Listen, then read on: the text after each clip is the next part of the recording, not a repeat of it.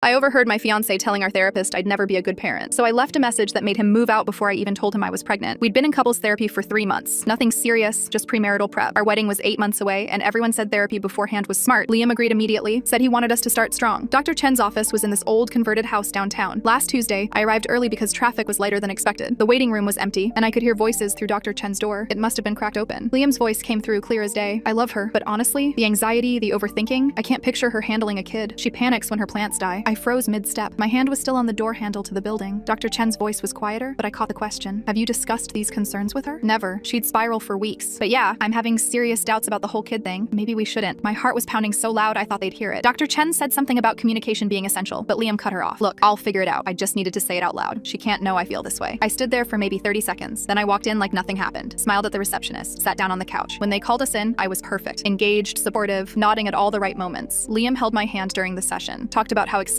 he was for our future, how he couldn't wait to build a life together. I squeezed his hand back and agreed with everything. The whole drive home, he was chatty, talking about his coworker's dumb mistakes, some podcast he wanted us to listen to. I made all the right sounds, laughed when I was supposed to. That night, while he was in the shower, I packed a bag. Not everything, just enough for a week. My laptop, some clothes, toiletries. I left my engagement ring on the bathroom counter next to his electric toothbrush. Then I called his voicemail while he was still in the shower. The water was running so loud he wouldn't hear my phone. I heard everything you said today in therapy, every single word. You think I can't handle being a mother because I overthink? You're right, I do overthink. I overthought this entire relationship apparently, because I thought I was marrying someone who actually respected me. I'm done. Don't contact me. Don't show up. Don't try to explain. We're finished. I was out the door before he finished conditioning his hair. He called 17 times that night, left voice messages that went from confused to panicked to angry to desperate. Showed up at my sister's apartment at midnight, pounding on the door until her boyfriend threatened to call the cops. I blocked him on everything. Phone, social media, email, changed my route to work, started parking in the garage instead of the street. My friends were confused, but you guys seemed so perfect. My mom kept calling asking what happened. I told everyone the same thing. We weren't compatible and I didn't want to discuss it. 3 days later, I was supposed to go to my gynecologist for my annual IUD removal. We'd planned to start trying for kids in 6 months after the wedding. I'd made the appointment weeks ago. I almost canceled it, but something made me keep it. The nurse asked the standard question, any chance you could be pregnant? I laughed. I have an IUD, she nodded. We still have to test before removal, just protocol. I peed in the cup, waited in the exam room scrolling through apartment listings. The doctor came in, sat down, and her face was unreadable. So, we're not removing the IUD today. My stomach dropped. Why not? You're pregnant, about 4 weeks along. The room tilted. That's impossible. I have an IUD. It happens. Rarely, but it happens. It must have shifted. I stared at the wall, did the math. 4 weeks ago, 2 weeks before I overheard Liam, 2 weeks before everything exploded. The man who told our therapist I'd be a terrible mother. The man who said he couldn't picture me handling a kid. That man had gotten me pregnant and then sabotaged our entire future because he didn't think I was capable. I sat in my car in the parking lot for an hour, just staring at the positive test results they'd printed for me. Then I unblocked his number, sent one text, one photo of the test results with the caption, guess you'll find out if I can handle it. He called immediately. I let it ring. Then I saw him pull into the parking lot. He must have driven straight from work. He's been sitting in his car outside my sister's apartment for 6 hours now. I still haven't opened the door.